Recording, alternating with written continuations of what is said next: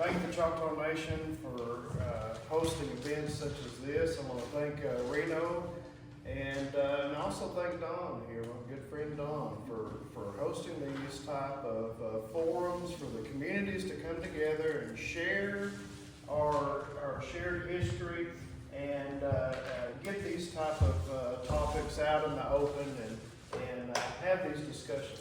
And so thank you to Reno, thank you to the Choctaw Nation for hosting these type of events and for their continued commitment to telling their story, which is all of our story. The story makes the story of Southeast Oklahoma. You cannot tell the history of Oklahoma, period, but more especially Southeast Oklahoma, without telling the Choctaw story. And so the work that you guys do, Reno, Don, all the staff here at Tuskahoma, Wheelock, and Historic Preservation, very much appreciated. So the man I'm going to talk about tonight is a man named Solomon Hotema. Very interesting individual. You'll never hear of another person quite like him, especially in Oklahoma's history. His story is truly unique. He's one of those people, throughout Oklahoma's history, but more especially throughout the history of the tribes. It doesn't matter what tribe it is, you always find these men and women who were kind of like mile markers in time for the changing of society and time. And in their lives, you find the intersections of different timelines of people and different timelines of this area. And Solomon Hotema is definitely one of those people. He's definitely one of those people whose life intersects with the old Choctaw traditions and the old Choctaw ways, and into the life that's being sprung on them from the passage of time and the progression of society as they move away out of that tribal sovereignty period pre the Dawes Commission. And so Solomon, and you'll find as I talk about him, just a multitude of interesting information on him. He was born, the commonly accepted date is 1854, or the commonly accepted year. However, I have found other references that say that he was born in 1851. So I'll put that out there. But sometime between 1851 and 1854, it's commonly accepted that is when Solomon Hotema was born. His parents, at least his father, had made the journey to the new Choctaw Nation from the Choctaw homelands of Mississippi as a very young child. His name was John Hotema. Now, there's not a whole lot that I have ever been able to find on him. And I've been looking into Solomon Hotema for about 20 years now, ever since I became involved with Wheelock. And I'll tell you why later, why Wheelock intersects with Solomon Hotema. But his mother, unfortunately, is almost just entirely undocumented. I can tell you very little, if nothing at all, about her.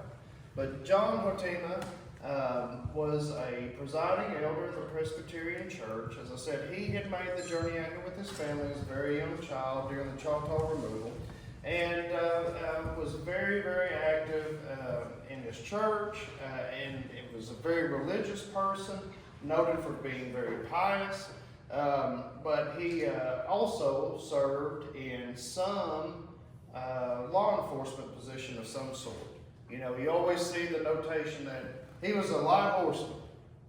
Well, that can mean several different things when you really get to fleshing it out. Was he a county sheriff's deputy where he worked? Was he actually a light horseman? Was he a county sheriff? Well, I mean, it can take many different forms. So I've never been able to totally iron that out, other than he served in some kind of law enforcement capacity within the Choctaw government. Solomon Hotema attends day school near the home in which he was born. His home place is going to be a community called Cold Springs. and that is near modern-day Hugo. It's a short distance south and west of modern-day Hugo. If any of you know where Goodland is, Goodland Mission, it is directly west of Goodland Mission. If you're on the road to Goodland Mission, instead of turning off at the Goodland Mission or turning off at the Goodland Cemetery, you continue, and the only remnants of the Cold Springs community is the Cold Springs Cemetery. Right past the Goodland Cemetery, you go down, and on the left-hand side, down there a ways, up on the hill, there's a home there, and the Cold Springs Cemetery is there. But at one time, there was a small neighborhood school and a Presbyterian church that existed right there in that little community, and several families that lived throughout the area. You'll sometimes see people notate that Solomon was born and raised in Grant, of course, being nearby, the closest post office when a lot of these accounts were written about his life. And so people in history, they do a really bad deal of generalize. I hate generalized history. I hate it. But it plagues us. It's here for us to deal with. He attends Spencer Academy near Old Spencerville in what is now Choctaw County, Oklahoma. After attending Spencer Academy, he obtains a scholarship from the Choctaw government to attend Roanoke College in Virginia, and does so, studies law, becomes a lawyer, passes the bar, moves back home. And this is what's interesting to me, is there's a little bit of gap there between him getting home from Roanoke and the explosive growth that is the rest of his life. There's a little gap there, but we don't really know much about what he was doing. You know, one reference that I found says that he came home and began clerking for Wilson and Jones. It's interesting because it was long before Wilson and Jones was elected to principal chief of the Choctaw Nation in the 1890s. And so he was not a clerk for him while he served in that capacity to the Choctaw government. But Wilson and Jones had stores at his home near Cade, what is now Cade, Oklahoma, in Bryan County at that time. Perhaps he was there clerking for him at one of those stores near Cade. But the references aren't very specific, and they aren't very numerous about what was Solomon doing as soon as he returned home. The first mile marker I can place on him after he returns home is in 1883. He marries a young lady named Nancy Coleman. Together they end up having 3 children, only one of which survives into adulthood. The following year, Solomon takes his first dip into Choctaw politics. He's elected as the judge of Comiskey County, which encompasses much of what is now Choctaw County and southeast Oklahoma, of course. Well, anyway, he serves in that capacity for about 3 years, and at that point he is elected to represent Comiskey County in the Choctaw House of Representatives. After that, he runs another successful campaign to become the county clerk of Comiskey County, returns home and starts serving at the Comiskey County Courthouse. And in 1888 to 89, he goes into a business partnership with a man by the last name of Ursey. There's still some Urseys down there in Choctaw County, Oklahoma. And they open up a store in the blossoming new town of Grant, Oklahoma, pretty close to Cold Springs. And at that time, when he goes into this business partnership, he notates that he owns approximately 100 head of cattle and 200 head of hogs that he's ranching on open range, and he has approximately 40 acres of field in cultivation. So, Solomon Hotema, all this time, basically since he gets married on, now he is running, he's gunning. He's served at different capacities in his county government. He served in the national government. He has helped he's opened up a store, he's ranching hogs, he's ranching cattle, and all that entails on open range. You know, that's not like you go out and dump a bucket of feed to some livestock every day. That is, you're riding, you're checking, you're finding your livestock, you're figuring out where they're at, you're bringing them in, you're managing your herd, so on and so forth. It's an extreme amount of work. He's farming and engaged in agriculture, and on top of it, he decides to become, that he has the calling to be a Presbyterian minister. Now, I've never found a record that Solomon was ordained a Presbyterian minister. Sometimes you'll see newspapers say that he was an ordained Presbyterian minister. I really think that he was more of a lay minister. He served there at Cold Springs Presbyterian Church primarily, and I think that his position there was, he probably gave the majority of sermons at that church during that time. But as far as being an actual ordained minister of the Presbyterian Church, I've never been able to find a record that is so. But he was a person who stepped up to fill in that need at his local congregation in his local church. And by all means, people that went to church with him would have looked at him with that pastoral respect of sorts. So, I say all that to say this. Solomon is now this man who comes from a modest background. He's received this fantastic education.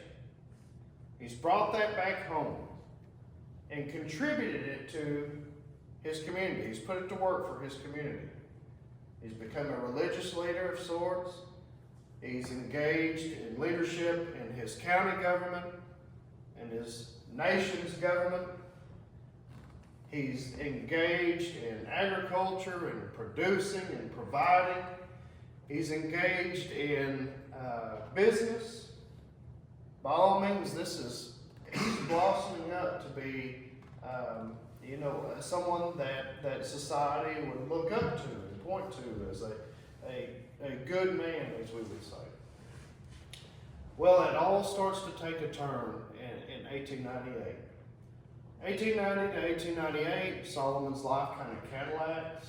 He continues to serve in several different capacities in the Choctaw government.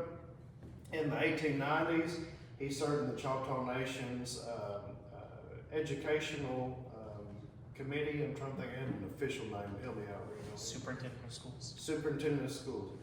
And he and several other men, they served on a board that oversaw the running of the Choctaw Nation schools, including Wheelock and Spencer and Armstrong and several other academies throughout the Choctaw Nation. There is a photo from 1894 that exists that shows him posed with them at Wheelock Academy.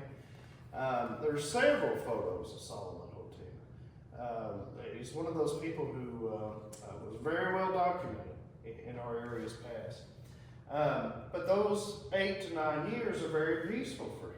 His business grows, his farm's doing well, his ranch increases. Everything seems like it's on the up and up for Solomon Hotema and his family. But however, in the late 1890s and 1898, there's a huge outbreak of meningitis. And some references will quote that it was an outbreak of meningitis in the Cold Springs community. Well, after researching this for several years, I found that there was an outbreak of meningitis area-wide at that time. And so Solomon's son, his only son, Jonah, contracts meningitis and passes away. Very young child. It's very, the disease, the affliction was very, very hard on him. Very hard for his parents to watch their son go through that, as you can imagine. And this seems to have taken a very drastic effect on Solomon Hotema's psyche and his mind above and beyond what you would imagine something. And like I say, cannot imagine. Thank God I cannot imagine losing a child like that. And so as I go into the rest of this, keep that in mind, that this is a man plagued by mourning, plagued by grief, and this is a turning point in Solomon's life and the trajectory of who we might be talking about here tonight. We would be talking about him in a totally different light at these next occasions not happening. They bury Solomon's son, and as I say, he was a very devoutly religious man, right? He was a man of God, and he was well versed in Scripture, and those around him later testify that he becomes just overwhelmed and obsessed with the thought of witchcraft. And now, witchcraft is a touchy subject when we talk about Choctaw history, right? It's kind of a touchy ground to dance around as a Choctaw historian, because it's one of those places where you reconcile tradition and history with the modern world. And for Choctaws, there's an added salt of trying to reconcile all three of those items with religion. And so it's a shaky ground, and I won't get out in the weeds on witchcraft tonight, because I shouldn't be the one that has that conversation. But suffice it to say that the belief in and the practice of witchcraft does have a place in Choctaw history.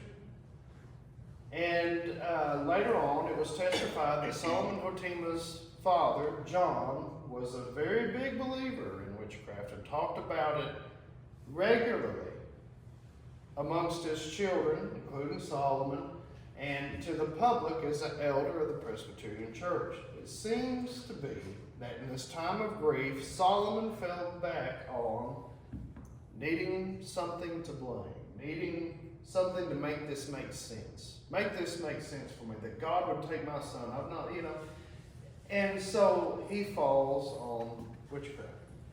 And he consults a man who was a traditionalist by the name of Sam Tarntaby.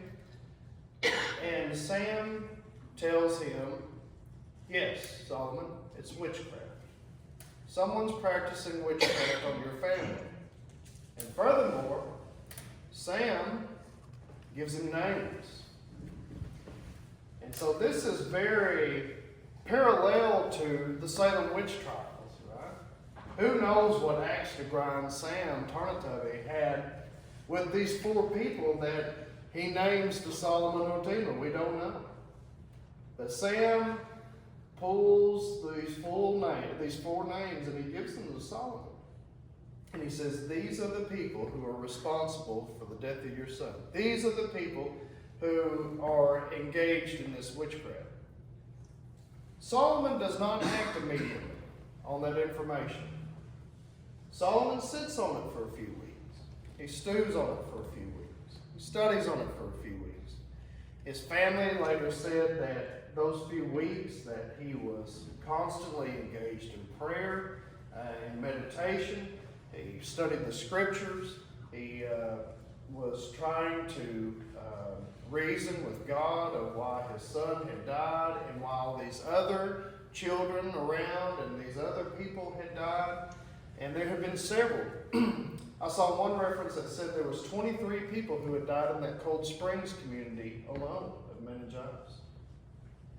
And so Solomon's looking around at the death around him, and as a minister, he's having to handle a lot of these funerals and a lot of this grief, a lot of that's being thrust on his shoulders.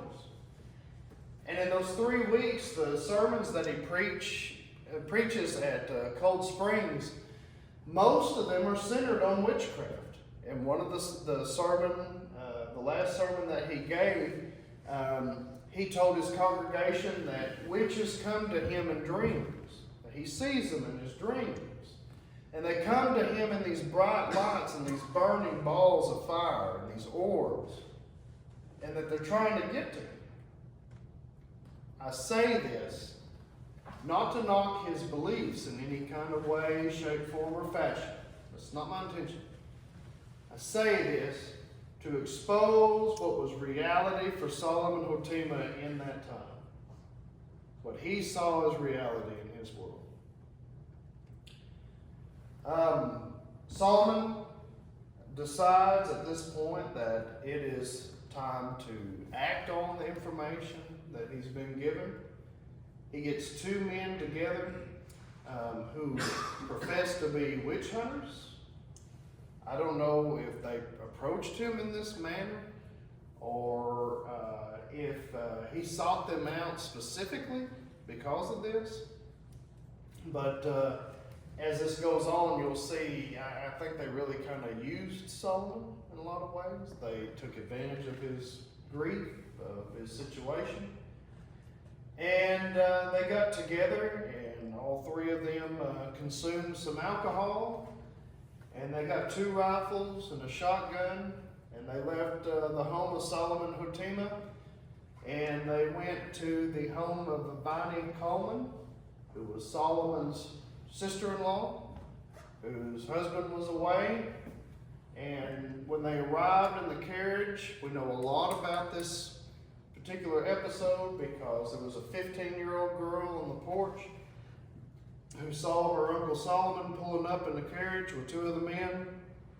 And she later recorded this in a WPA interview in 1938. That she sat on the front porch and she saw her Uncle Solomon pull up in the carriage with these 2 other men, and that her 11-year-old sibling was playing on the porch next to her, and her mother was out in the yard holding her infant child. And Solomon exited the carriage, and Solomon walked with a limp in his left leg. Later on, it was notated by the U.S. government that he had partial paralysis of the left leg, whatever that may mean. And she said that her uncle, she goes on to notate her Uncle Solomon's particular walk, and that he began walking towards her mother, and her mother turned to run away from him, and he picked up a shotgun and shot her in the back and killed her in the yard in front of all 3 of her children, but with one of those children in her arms. She fell face down. Solomon and the men then threatened to, some instances say they threatened to shoot the 2 children on the porch. In her WPA interview, one of the surviving daughters, Bonnie Coleman, recorded that they did shoot in her direction, and they first ran into the house and hid in the house. Later, she runs to the school to get help. But Solomon and his 2 cohorts get back on the wagon and they depart. They go to the home of Hal Greenwood. And when they find him at the gate of his home, at this fence is the way it's described. And they ask him where his wife is. And he says, well, she's up in the house. And they say, well, we're here to end her life because she's a witch and she's practicing witchcraft. And she's responsible for all these deaths here in Cold Springs. And he goes to run away. They pull their guns on him. He stops. He begs for the life of his wife. Again, he tries to escape from them. They somehow get him down on the ground and have him held onto the ground and one person stays with him while Solomon and another man go to the house, and they pull Mrs. Greenwood out and bring her down in front of her husband and shoot her in front of her husband, and then tell him, if you go and alert everyone else in this community, we'll come back and we'll kill you too. They then leave, and they start down the road, and they go to the home of a man named Morris. Not a lot of detail on this murder because there are no surviving witnesses like there were in the Greenwood murder and the Coleman murder. They kill Mr. Morris in his house, and at this time the bell starts chiming at the church. that young 15-year-old girl has ran to the church and started ringing the bell, trying to get help for her mother, and trying to alert the community that something is wrong. People have heard the gunshots, heard the screams, they've heard the bell. They're starting to assemble at the Cold Springs church and the adjacent school. And then Solomon and his two cohorts, they go looking for a man by the name of Eastman, Mississippi. Very interesting name. Very interesting name. I've never been able to find out what happened to Eastman after this. Never been able to track him down. But Eastman survived that day because he was not home. Luck would have it for him that he was not home, and they left because now they had all this pressure going on back in the community. They leave. It takes quite a while for Solomon Hotema to be tracked down. Not a lot is known about what he did in the days after he leaves, but ultimately he is arrested while trying to board a train in Antlers, Choctaw Nation, which was bound for Paris, Texas. And when he's arrested on the train, he tells those that are arresting him that he was bound for Paris to turn himself in. That could very well be true. It could not be true. But sure enough, and I'll do a long story short here, this is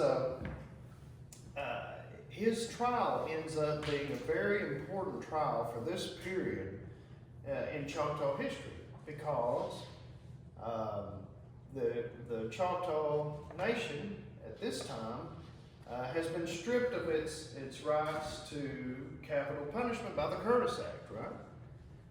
That has just been put on display, or will be, in July of 1899, when 2 years after the passage of the Curtis Act, the Choctaw Nation executes its last criminal. And so the only reason why that happened is because the man had been sentenced to death prior to the passage of the Curtis Act. And so it's known that Solomon Hotema is not going to be put to death for any of the murders of any of the Choctaw people that he has killed. However, Bonnie Kaufman is not Choctaw. She's a United States citizen. And because it was Choctaw on United States citizen crime, it is eventually ruled that his trial will take place at federal court in Paris. That's the long story short. You could write a book on everything that transpired between points A and B, what I've just talked about. So Solomon Hotema goes on trial. His lawyer is, the man named by the last name of Clayton. And he later on goes to be the county judge of Choctaw County, Oklahoma. Really interesting character. I don't know. You picture that old typical Southern lawyer on a movie or a TV show or anything. That is Mr. Clayton. And he's representing Solomon Hotema. And now their defense is that Solomon is insane. This makes this also an important court case because this is one of the very first times in this part of the world that this defense has been used in a murder trial. And so he pled insanity, and that was the defense's plan through the whole deal. He ends up not receiving any kind of conviction for the murders of Mrs. Greenwood or Mr. Morris. He is convicted of murdering Bonnie Coleman, and that is primarily due to testimony from her 15-year-old and 11-year-old children. Now, when he's convicted, he's sentenced to death. He's sentenced to hang there in Paris, Texas. However, the Attorney General, this was in February 14th of 1902 that he's sentenced to death. In October of that same year, the Attorney General steps in, and I wish I could remember his name. Philander is his first name, but I cannot remember Philander's last name, the Attorney General of the United States at the time. It was a really interesting name. But he steps in and he recommends to President Theodore Roosevelt commuting the sentence to life in prison on the grounds that, and this is interesting, this is where culture comes in to intersect with their modern world at that time. He claims that there are cultural reasons why Solomon Hotema fell back on this act during a time of distress and extreme grief. And President Roosevelt agrees and commutes the death sentence from to life in prison. He's sent to Fort McPherson Federal Penitentiary in Atlanta, Georgia. He spends the rest of his life there. However, it's not quite what you think it would be. You think of 1902 federal prison, you know, we're thinking some brick walls and steel bars and little bitty cell. Solomon was actually given a small one-room house that would probably be about from that door frame there to that wall, about that size. It had bars on the windows, bars on the doors, had a big front porch across the front of it. He was locked up in it every night. But he also had a small plot of land that was fenced off, where he could grow a garden, he could have pets, and his family could be with him, which they were. If you go up in the second story of this building here, and on this wall, I forget what you call that exhibit on the right as you come up. Okay. Yeah. At the Choctaw exhibit up there, there's a picture of he and his family on the porch of that house in the McPherson Federal Penitentiary in Atlanta. And he lived there until 1907 when he died of tuberculosis, and they buried him there at that federal penitentiary. He's buried in the cemetery there. But, you know, there's some interesting things that go along with it. You know, his case stands out almost as a standalone thing. But if you'll back up, you know, I mentioned earlier the Choctaw Nation executed their last person in 1899. One of the reasons why I mention that is because coincidentally, he was convicted in part of murdering a woman named Ishtimehoki Hudson at Eagletown because he believed she was practicing witchcraft on him. Now, if you look up information on him, his name is William Going. He lived there at Eagletown, and you'll find that he and a cousin beat to death their uncle, Samson Going. That's true. And then immediately after that, they murdered this woman, while her bedfast husband, who was paralyzed, had to lay in bed and listen to his wife be beaten to death. And so, even in his time, that may seem strange to us, this witch hunting idea. But it's not. This happened in 1896. This is 2 years prior to when Solomon Hotema killed these three people. If you back up even further, there's a man by the name of John Edwards that was a Presbyterian, well, he was a Baptist minister, but he was a math teacher at Stockbridge Mission in Eagletown, in modern-day McCurtain County, and he recorded in his journals that there was a lady who lived on Little River south of Conchito, so that puts it south of present-day Broken Bow on Little River, who was believed to practice witchcraft, and that the community got together and burned her house down, and that she disappeared. And he theorized that she was probably burned to death in the house. Now, that happened. He was at Eagletown in the late 1880s. And so there are some cases that we even know about that are well documented leading up to him doing this. So while it sounds unique, it's not truly as unique as we think it is. And, you know, Solomon also, as a matter of interest, if you're interested, while he was in federal prison, he became kind of a poster child for these different ministries and congregations that believed in the dangers of witchcraft. And they really supported him. They sent him money. If you look at the picture of him upstairs, he's wearing a suit. They sent clothing to him. They sent food to him. There were several correspondence that they wrote to Solomon. It's congregations that were scattered all over the United States that believed in what he did, that believed what he did was a good thing and a righteous thing to do, and that witchcraft was a real threat to society. These are churches that range from, there was one from Maryland, there was one in Arizona territory at that time, and so this is also a sentiment that is not local to the Choctaw Nation. At that time, that was something that people evidently believed all over the nation, because you had people who believed in what he had done and that he was justified, and that there were real witches in there. They were a danger to Christian society, writing to him and professing such while he was in federal prison. Solomon, I don't believe, ever fully recovered from losing his son.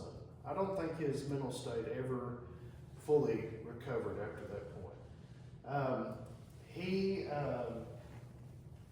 agreed or disagreed with him or what have you. As a matter of interest, he did claim that for the rest of his life, even while he was in prison, that he would see orbs of light in the distance, orbs of light in his home at night. When he dreamed, he would dream of these orbs of light and balls of fire, he would say intermittently with one another. And he believed that witchcraft leading those witches or the witchcraft to him. He continued to believe that until he died.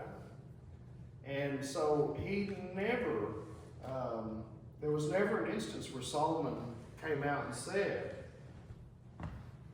I can't believe I did this. I don't believe those people were witches. What I did was wrong. He always maintained that.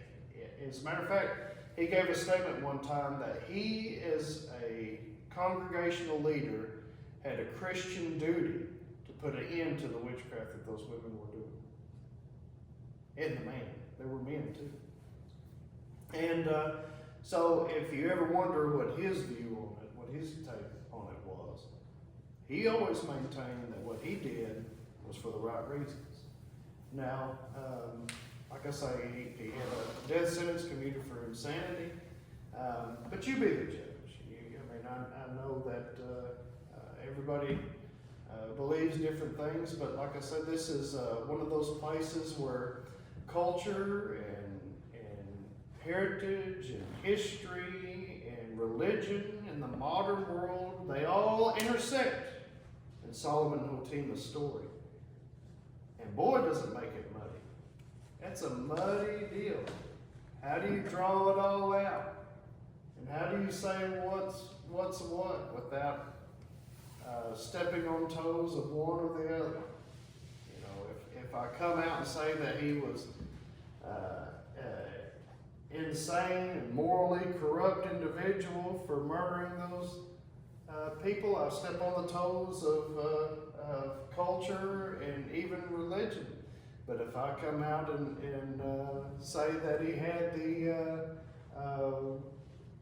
right to do it as part of his culture, then I step on the toes of modern society and law and order. And so it's a muddy intersection, the life of Solomon Hotema. And for me, as a historian and as a man, it has been his story has always been one of those reflecting points on how quickly life can take a dive, how life can take a change. I mean, he had everything in the world going for him at that time. And for it to just be so abruptly derailed, it's a real tragic story. There are no winners in the end with Solomon Hotema's story. There's no winners. He had to sell everything that he owned to pay for his legal fees. Ends up, they give the shotgun that he murdered these people with back to him after it's used for evidence, or back to his wife, and his wife has to give it to his lawyer, later Judge Clayton, as payment for some of the legal fees. So Judge Clayton has this shotgun on display in his law office in Hugo, and later in the Choctaw County Courthouse in Hugo for years and years. And there's a picture in the collections of the Oklahoma Historical Society where Judge Clayton is standing in front of a store in downtown Hugo holding the shotgun, and standing beside him is Solomon Hotema's grandson. But even that, Judge Clayton took that photo, wrote on it, and then sold it as a postcard everywhere. So in the end, they sold everything that they had to pay off these legal fees, and the whole Hotema family never recovers financially, the ones that are left. And a lot of it is spent on them living it down in Atlanta, trying to spend some life with Solomon before he dies. And that's why he's buried down there. When he died, they couldn't afford to move him back. And so it's a tragic tale. It's a story that impacted generations. And I'll give you a piece of beauty at the end of this really bad tasting story. If you go to Wheelock Academy, and you go into their gift shop, and you're facing, as you enter the gift shop, on the right hand side on the back wall, there's a really beautiful print of this elderly Choctaw lady seated. She's got what looks like her granddaughter, with her. And it is a granddaughter, it turns out. And in the background is Pushmataha Hall. That Pokney in that photo, or that lady in that photo, was that infant child of Bonnie Coleman, who was in her arms the day that her mama got killed. That 15-year-old sibling of her couldn't raise her. And the Choctaw Nation stepped in, placed that child into the custody of Wheelock Academy. She spent all of her growing up years living at Pushmataha Hall in Wheelock Academy. And when that print was made, when that art was made, she was still living and was the grandmother of the artist that made that print. And so there are still family about that. This is an instance that still has cultural impact on people still living today. And so anyway, like I say, that's a long, convoluted story, and we've chased it all around. It's a delicate story. It's not a pretty story. But does anybody have any questions about Solomon Hotema, or anything that I've talked about tonight?